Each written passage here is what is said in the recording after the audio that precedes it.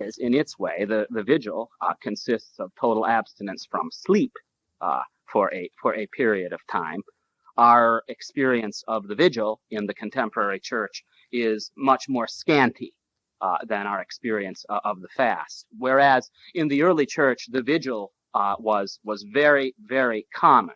Yeah, that's what in effect they were doing even in the Acts of the Apostles when poor Eutychus falls out the window. It's going on and on and on. It's going through the night and ending with the breaking of bread, the Eucharist, and that's the setting. This waiting for the Lord in the vigil and waiting for the Lord with the total fast. This stopping of the routines of life that we mentioned before, in order for the church, it can be said, to mobilize itself. That the church likes to speak in this military language, to mobilize itself. In fact, the total fasts in the tradition of the church are frequently referred to as station days. And a station day, it's borrowed directly from the Roman military terminology. A statio in the Roman army was a period of guard duty, a period of walking sentry. And so when the church speaks of stational days, station days, fast days, it means the church is doing guard duty. The church is doing nothing else for this period of time of the total fast, but making war on the powers of evil through the total fast and through the vigil, and waiting, experiencing existence in this fallen world as waiting for the coming of the Lord. Now, the total fasts in the church are necessarily, because of the way God has made us, of short duration, relatively speaking. They consist of what we've described already, the fast in preparation for Pascha on Great Friday and Holy Saturday. They consist most basically what we experience before each time we receive the Eucharist, that there is a period of total fasting, so that we are doing nothing else but waiting for the coming of the Lord, putting the bread of the kingdom first before all other earthly things. That is the purpose of the Eucharistic fast. That's why, even as we're going to see in the Lenten services, the time of day that we have the Eucharist determines the length of the total fast. For example, on ordinary Sundays, we have the Eucharist after we get up in the morning, because Sunday, the day of the Lord's resurrection, the total fast should not be too long. On fast days, for example, when we did the liturgy in the late afternoon on Christmas Eve, because it was a fast day, it's intentional that the fast is prolonged through the day to make the whole day a day of vigilance, a day of waiting for the coming of the Lord. And as the liturgical tradition has developed, the total fast, whether it's the Paschal fast on Good Friday and Holy Saturday, whether it's the fast in preparation for the Eucharist, is always broken by the reception of the Eucharist.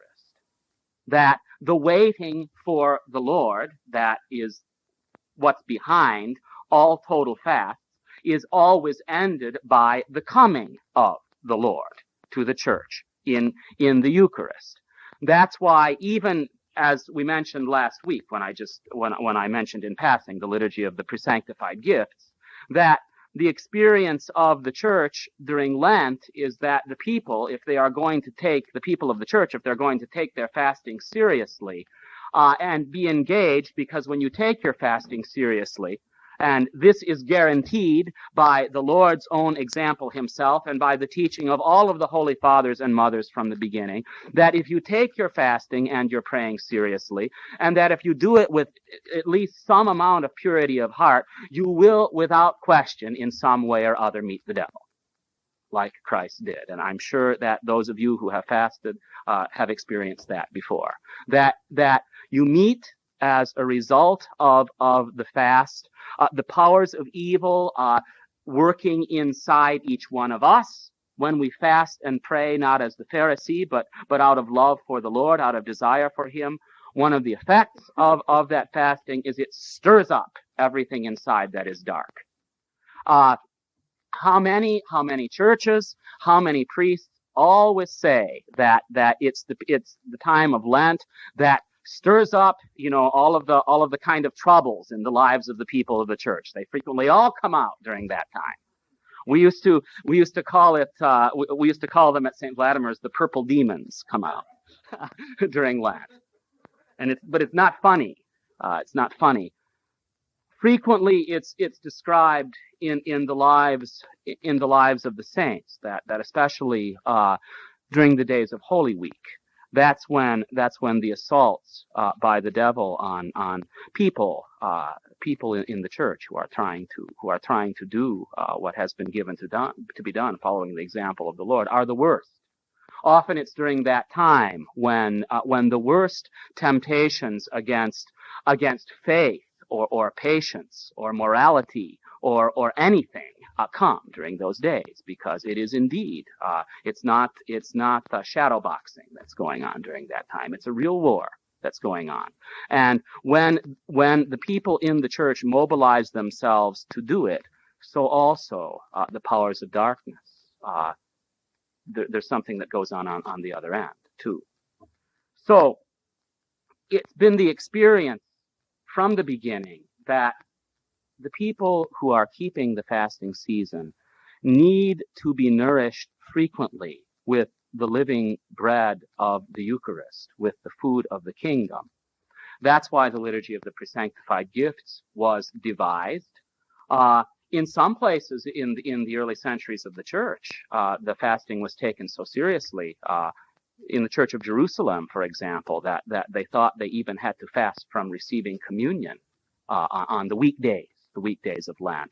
But the prevailing experience of the church was no, we cannot go without the Eucharist in our battle against evil. So the liturgy of the presanctified gifts was devised by the church. We're going to talk about that, its nature, both in the teaching on Thursday night and next week, as a way of bringing to conclusion those most essential fasting days in the church, Wednesday and Friday, where we are called, especially during Lent, to fast all day, to keep the total fast all day, those who are in normal health, who can do that, and to end the fast with the coming of the bridegroom, being nourished by the body and blood of the Lord. That's called by the fathers, actually, those receptions of the Eucharist. Those are our oases in the wandering through the desert that we experience during Lent. That's where we're nourished and given strength to go on. So the time of day that the Eucharist is given in the morning, that's why, for example, you have the most perfect example of it at the Paschal celebration itself. Because you've had already here, that Pascha has two Eucharistic celebrations, one on Holy Saturday evening, one early in the morning on Easter Sunday. And the one on Holy Saturday evening should be the latest Eucharist of the year, and that ends the total Paschal fast. And then the early liturgy on Easter Sunday morning, that's the earliest of the year to inaugurate the feast. So you see it all comes to a head there. In another sense, those two celebrations of the Eucharist for Pascha reveal that on Holy Saturday evening, after the long waiting and effort of Holy Week, the resurrection is revealed as the end of everything that has come before. That's why on Holy Saturday evening we read the most basic parts of the Old Testament history. We read the creation and God resting on the seventh day from all his works. We read the Exodus through the Red Sea and the Passover lamb. We read the three young men in the fiery furnace. We read Jonah coming from the whale as the image of Christ. And then we conclude that by hearing for the first time the gospel of the resurrection, the end of everything that God has done before, leading up to that. And then on Easter Sunday morning, early in the morning before dawn. The desire in the last few centuries in many parts of the Orthodox Church, they don't even want to wait till the morning. They do it right at midnight, as you know, in many churches. Though that practice, by the way, of the midnight, having the morning service at midnight, never won out through the whole church. So what we do, having it early in the morning, is the earlier tradition and is still practiced in many parts of the world. Early in the morning, assembling again for the Paschal Eucharist as the beginning of the new day, the entrance into the old has passed away and Christ brings what is new. So the total fast is always related thus to the Eucharist, to the coming of the bridegroom. Even historically speaking, though, this has been lost for the most part in the contemporary church. Even outside of Lent, the fast days of the week, the Wednesday and Friday, were always intended to be concluded by the receiving of the Eucharist all through the year. You can't go. You have to go to monasteries now to find that. For the most part, you won't find that too many places. But then the second aspect of fasting is the ascetical fast. And it's from the ascetical fasting that we have the traditional fasting rule in the church developing of what kinds of food are eaten, what kinds of food are not eaten, how many meals a day are eaten. And what's behind this? The emphasis is rather different from the total fast. The total fast is always oriented, as I've said, to the stopping of all of the earthly cares of life and the fixing of the focus on waiting for the Lord over a short period of time, a burst of intensity, you could say. The ascetical fast is geared to a long, sustained effort, lasting, whether it's the 40 days of Lent or the other seasons of the year, an effort at the purification of the life, of the heart, as the fathers all say unanimously, from the tyranny of the passions. And in this, this is the aspect of fasting where Christian fasting has something in common with the sort of fasting that has gone on in the other religions of the world, that it's been the basic experience of the human race, even the human race that does not know the revealed truth of God, but the human race that at least has been somehow in tune with understanding, experiencing that there is more to life than fleshliness, than materiality, that to get at the root of the Spirit, to get to the Spirit, to have the Spirit be able to function more freely, the demands, the greediness, the passions of the flesh have to be subdued. And the primary way, it's not the only way, the primary way that the ascetical tradition, and the ascetical tradition, of course, is present through all the Old Testament and the New Testament. In the Old Testament, you have those who never drink wine. In the Old Testament, you have, for example, John the Baptist is a good example of the ascetic tradition of the Old Testament, who always eats a very simple diet and lives away from the city, lives in the desert. He is typical of other ascetics who often lived in communities. This ascetical tradition developed, again, over a long period, many centuries of experience, ways, a method, a rule by which the diet, because the demands of the stomach, the demands of the diet, are according to the teaching of the fathers, at the root of our fleshliness. That in order to conquer with the help of the grace of God, in order to cooperate with the grace of God, to conquer the raging of the passions, one of the things that has to be struck at is the tyranny of the diet, the tyranny of the stomach. So From that has developed, and again we see in the Christian church, it's in place by the 4th century, a method, a rule of ascetical fasting that always includes the abstinence from those foods that are considered heavy, rich, passionate, luxurious. And what was true then is pretty much the same that is true today. Flesh, meat, fat, dairy products, or even in our tradition, oil, because oil was also considered rich and valuable. The restriction of the diet to the food of what was basically the food of the poor, a diet consisting basically of bread and vegetables, fruit, liquids. Also among those things that were abstained from, of course, wine, alcohol. All of those things that, if they don't directly arouse all of the passions, they at least soothe them.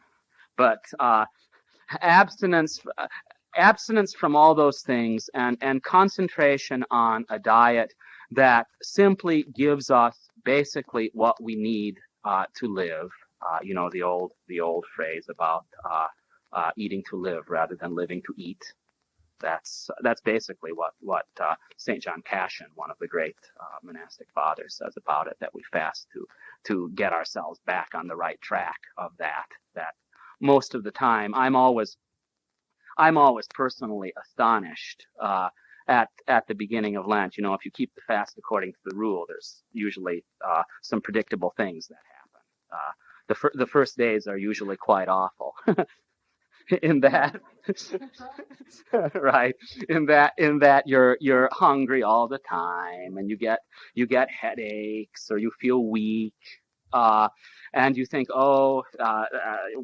this is too much, but generally, for a person who is in normal health, who doesn't have any kind of debility, those who do, by the way, they have to, with the advice and help of a spiritual counselor, they have to adjust their fast accordingly. But those who are in normal health, the discovery is that if you pass through those first days, that the hunger and the weakness vanishes. And actually what you go through is the body is not demanding with those hunger pains what it needs to stay alive and function. The body is demanding the usual glut of stuff that we're most of us accustomed to pumping into ourselves every day. And the thing that astonishes me is after, usually by the end of the first week, you start to settle down, and you discover that we eat ordinarily. Some of us are more disciplined than others, but I certainly discover that I eat ordinarily many, many, many times more than what my body needs to function day by day. And the whole purpose of this ascetical fast is to make us simplify, make us identify ourselves with Christ in the wilderness, who fasted 40 days, and as it's frequently said, to atone for that faithlessness of his own people, who always were demanding. That's the reason why the 40 years wandering is used as the example so much, is that that's all they complain about during that time, is they want food, and they want meat, and they want fish, and they miss the leeks and garlic and cucumbers in Egypt, and the manna is horrible, and they're sick of it, and can't Moses give them something better? And what's the use of even being delivered from slavery if this is all you get? It's over and over and over again, this tyranny of the appetite, tyranny of the stomach. So the ascetical fast has been devised to purify the life of that, to refocus it on the things that are not of this world, to I would say myself, especially the times that we live, our modern era, we have a more global consciousness of things than people who have lived in generations before us, that there's also the need, it seems to me, to identify ourselves at least periodically. I think we should attempt all the time to simplify what we do, at least to a certain extent, but to identify ourselves periodically with the poor of the world, who form the majority of the world's population, and who, if they're lucky, get enough to eat to get by, and certainly do not have the kind of luxuries that we have here. That's why the Lenten hymnography always identifies fasting with almsgiving. That there is no true fast without the giving of alms to the poor. There's no true fast without identifying oneself with the hungry, by being hungry first of all, and also by giving to those who do not have, those who never have the luxuries. And it's also been the experience of the church, the experience of the ascetics, who are our models during this time, even though the majority of Christians are not called to live the radical asceticism that we hear about in the readings of the great fathers and mothers, like I read from the prologue on the days they're commemorated. Most of us are not called to that extreme of ascetic life, yet the ascetics serve as our models in that. The reason why they went to such extents that they did is to be examples, reminders in this world that we have to do something, not just once in a while, but at regular intervals, to detach ourselves from that worldliness if we're going to live at all like Christ or the apostles or the saints have lived. If grace is to work in us as it has worked in the saints, we have to follow them in that life of ascetical renunciation. And in doing that, we identify ourselves with that essential Christian identification with the cross. That's I would say, I said that at the beginning, and I'll say that to conclude this evening, that what makes Christian fasting unique, whether it's total fasting, whether it's ascetical fasting, is that it is always identified with the cross of the Lord, whether it be identification with the cross as in the total fast, with making one's own body, making the assembly of the church into a living icon of the Lord in his death, or whether it be as in the ascetical fast, the day-by-day struggle against all the temptations, all the passions, all the evils that continually attempt to drag us down. And in that sense, we take up our cross and follow after Christ. So then we have during the period of the Lenten fast a combination of those two types of fasting. We have the total fast of the days of preparation on Holy Good Friday and Holy Saturday, the most basic and most intense fast of the church year. We have the fasts that prepare us for the Eucharist on Wednesdays and Fridays, total fasts which are always concluded by the receiving of the food of life.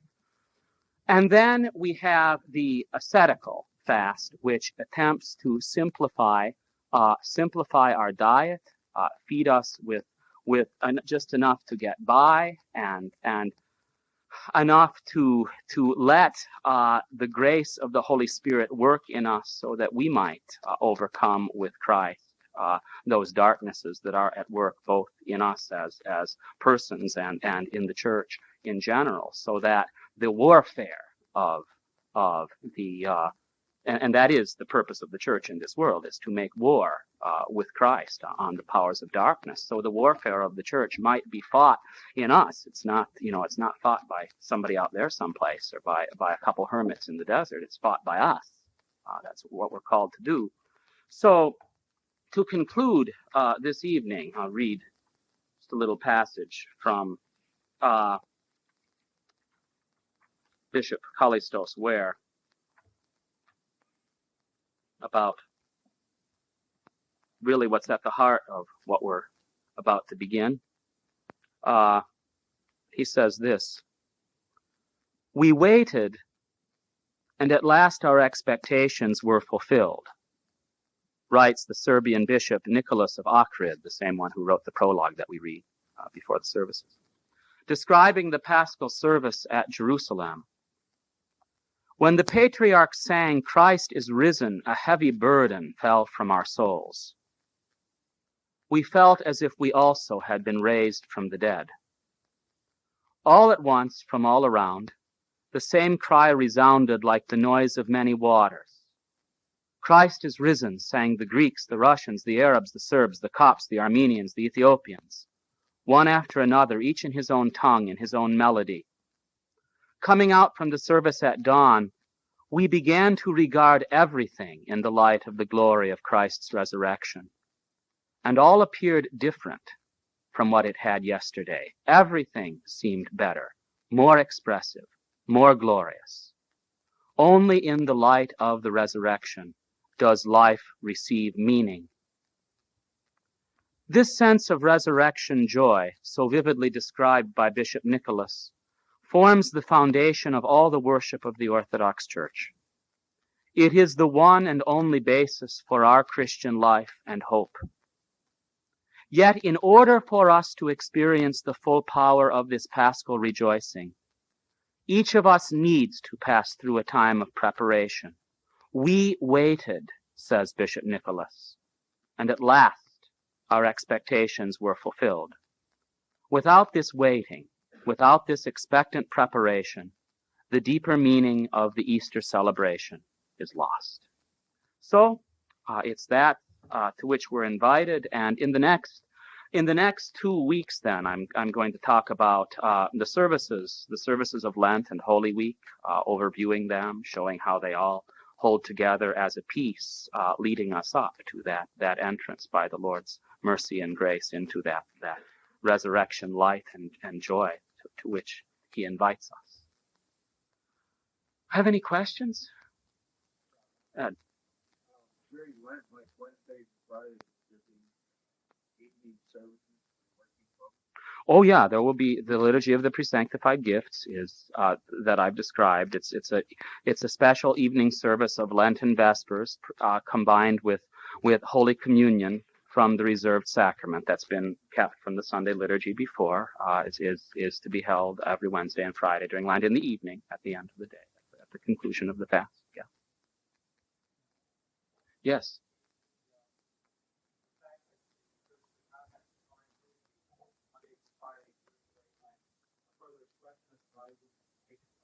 Yeah, that's also one of the. I was going to mention that when I described the Lenten order of services, and I did mention it last week, that the full celebration of the divine liturgy is always the experience of the Church of the kingdom, of the bridegroom being with us, of the light and joy of the resurrection. So in our liturgical tradition, the liturgy is not celebrated. The full divine liturgy is not celebrated Monday through Friday, and it is celebrated on both Saturday and Sunday, and we'll talk about why on both Saturday and Sunday when we discuss the services. In our modern time, when we would say, well, most of the time liturgy isn't celebrated Monday through Friday anyway, and that's unfortunately the case. We even with our one a week here on Saints' Days, that's a lot more than you can find in a lot of other churches, where in the contemporary period, the celebration of the Eucharist has been pretty much limited to Sunday and the very greatest feasts, especially in the United States. Whereas through most of Orthodox history and through a good part of the Orthodox world still, the celebrations of the Eucharist are much more frequent. In some places, the Eucharist is celebrated daily, for example, in the Soviet Union. It's interesting that one of the things I'm told that went on in the churches of Romania when the trouble all started with the overthrow of the government there, that one of the first things they started to do in the churches was to celebrate the Eucharist daily. And Saint Basil, when he writes in the 4th century, he talks about that. He says, well, and he's talking about through the year, not just during Lent. He said, well, I celebrate the liturgy, or I go to the celebration of the liturgy on Wednesday, Friday, Saturday, Sunday, and on the memorials of the saints. And he says, some criticize me and says that's too seldom. I don't know. But you see, well, I say that to illustrate that through most of the history of the church, the celebration of the Eucharist has been far more frequent. And we're also going to talk about that. That doesn't mean that everybody, the whole church was there at all of them. The whole church was there on for the Lord's Day and for very important celebrations, feast days, and things that happened during the week. But there were also those celebrations of the Eucharist that took place with sometimes a very small number of people, sometimes with in between number of people, and that's all right too. And we're for those of you, and I know many of you have questions about this because you bring them to me, this distinction between those services that assume that everybody's going to be there for them. And then there are those services that are there because they are in the fullness of our tradition. They're provided for those who are able and wanting to come for them, but they go on even though the whole church isn't present for them. And it's not a tragedy that the whole church isn't present for them. But we have to have the distinction between just in order to order our lives, between what those things that are primary and those things I'll say secondary. But when I say secondary, I don't mean they're secondary, so who cares about them? No, that's not what secondary means. Secondary just means of second importance to what is of primary importance. There are those things that are of first importance and those things that are of second importance. They're all important, but helps will be made available to assist you with that. Yes.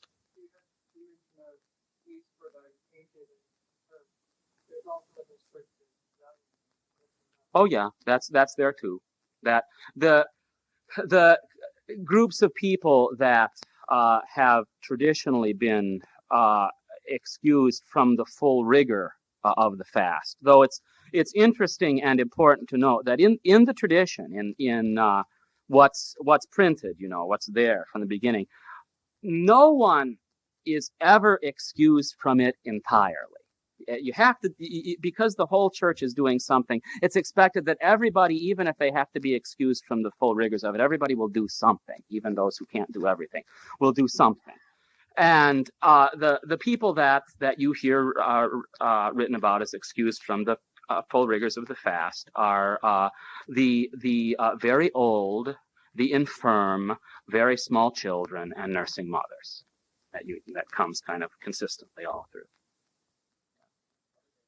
Yes. Apart from the Lenten season, on your traditional Wednesday and Friday fast days, where you would not include it with divine liturgy, would it be an ascetical fast versus a fast? It's become that. That's a good question. It has become that. Its purpose in the tradition was that it be a total fast until the reception of the Eucharist, which was done later on in the day because it was a fast day. But we've lost that in most parts of the Orthodox world. So it has, the Wednesday and Friday fast has turned from being a total fast into being an ascetical fast. But still, there is the tradition there, and it's one that still lives. People still do it. To keep it by limiting the eating to one meal, that the meal is traditionally taken, and this is the link to the very first generation of the church, to the 9th hour, to the hour of the Lord's death on the cross, that we try to fast on those days until then, and then take our simple meal after that. That's what's provided in the rule. Yes.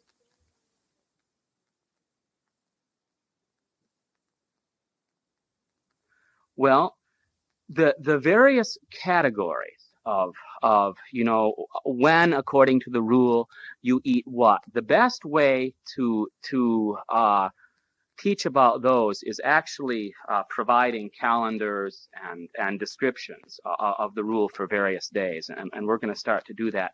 Ordinarily, on a fast day, and a fast day is Wednesdays and Fridays, unless it's during a season when there's no fasting, like the Paschal season and the time from Christmas to Epiphany. By the way, We didn't mention this on Sunday, but this week also is a week in which there is no fasting. The reason for that is it's one of the playful things, I would say, in the church calendar, is that we just had the gospel of the publican and the Pharisee, who fasts for the wrong reason, who brags about it. So the tradition, the rule says that this week we are excused, so that we might remember the right reason for doing it. So that the only fasting that there would be this week, for example, would be fasting for Holy Communion on days when there would be the liturgy. That never goes, ever.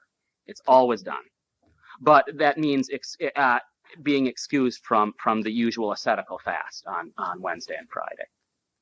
But on the diet that's prescribed for ordinary fast days on Wednesday and Friday is that there be one meal, and that at that meal there be abstinence from meat, fish, dairy products, eggs, wine, and oil. And by the way, oil in the written rule is always identified to mean olive oil, and then people now, there is this sort of Pharisaical fascination with, well, does that mean all of the things that all the other oils that have been discovered by modern technology? I won't get into that. It's in fact we had a joke. My friend Father John Pierce and I up in Washington. He and his wife Kathy and I developed a recipe that we called Pharisee pizza. that tasted almost just as good as the real thing, but had nothing on it that theoretically the rule didn't allow it. We laughed about it. We would do it once in a while. He and I would get together. We were having Vespers on the Thursdays of Lent with a group of people in Olympia, Washington, who are the nucleus of a little mission church there. So I would always go down and visit Father John and Kathy, and we would have a meal during Lent, and we would joke about Pharisee pizza. But that's what's ordinarily prescribed. Now, the fast is lightened if a feast day falls on Wednesday or Friday. For example, an example of this, and this is something you don't need to have in your head. We're going to start having a calendar here, and you'll with everything explained on that. But for example, last Friday we had the feast of Saint Gregory the Theologian. We had the Divine Liturgy in the morning. He is in the calendar a big saint. So that means that if his day falls on Wednesday or Friday, the fast is lightened accordingly. And in the case of that happening, this is what usually happens if a saint's day falls on Wednesday or Friday. You're not restricted to the one meal. You can have the usual number of meals, and also wine and oil are permitted, and sometimes fish too. So that's how it usually works. But all of this, by the way, sometimes seems to new people in the church or catechumens as being just tremendously and burdensomely complicated. Though once a person starts following the rule as best he can, and as by the way, concerning the rule of fasting, I always like to read also something from Bishop Callistos, where I think he expresses it best. I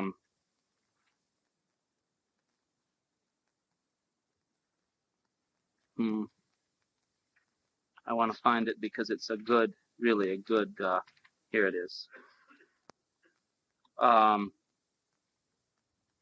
See, he says this. At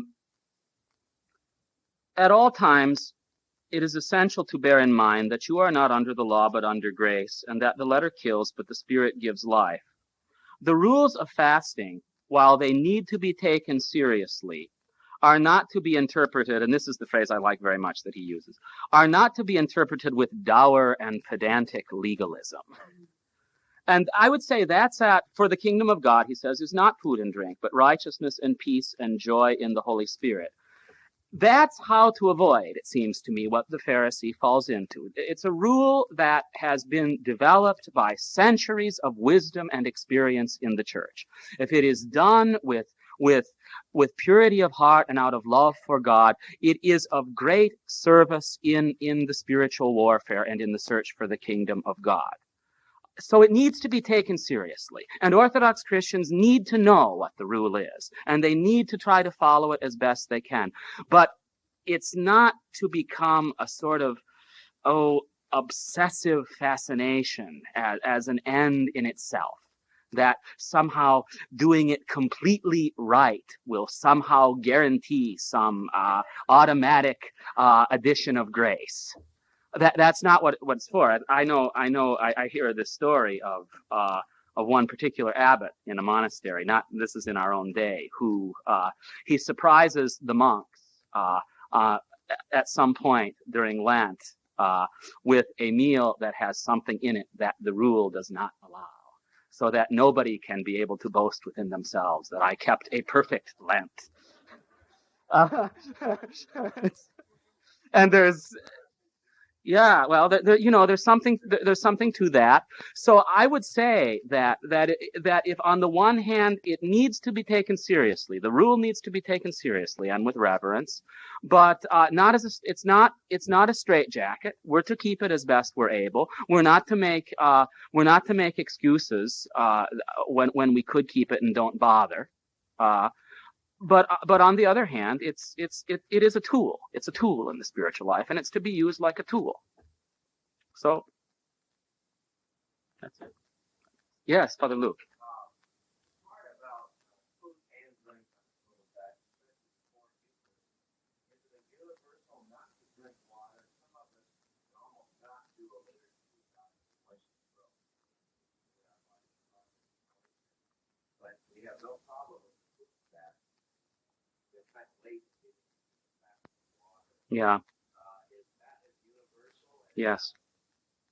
Yeah. The total fast before Holy Communion has always been understood to include everything, and that in our modern time that means everything. It means water, gum, throat lozenges, cough drops. It means everything. If it's like we talked about last week about the sign value of things, the sign value of the bread and wine of the Eucharist, the sign value of lots of water in baptism. The sign value of the total fast is that nothing passes our lips before the Lord's body and blood. It doesn't mean that there aren't extenuating circumstances sometime, because we're not under the law but under grace. But I would say that anyone who mitigates the full Eucharistic fast, because it's something that ties the church all over the world together, ties the tradition together from almost the very beginning, should do so with great care. Great care, not make easy excuses for oneself. And I'm not saying it may be true that for this one who has to serve the liturgy, he simply cannot do it with a parched throat. That may be true in some cases. I would certainly, I'm not the one to judge such things. There are that is also true. What Paul says, that it is the experience of vocalists that actually if your throat is dry, drinking something is not going to help you very much, and that, for example, breathing steam is actually far better. I mean, when I suffer from raspy throat, whether it's because I'm preparing for communion or just any other time, I breathe steam in some form, or breathe steam through a hot towel. It's far more effective than drinking 3 swallows of water and think that's going to restore your voice. So there's.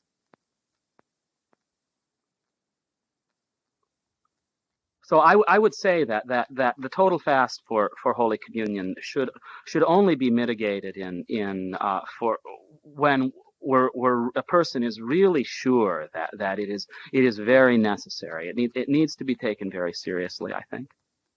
And I don't think that's just my opinion either. I think that's something that's kind of at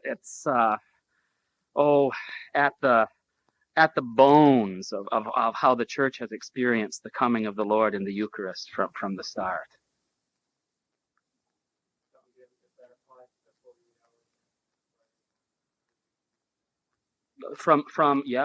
That's that fast in the church, the total Paschal fast, has been kept that way. Now that's very hard to do. I would, and I would not be the one to say that everybody should automatically do that. I would not be so bold as to take that on myself. Well, I know that we're not supposed to speak about what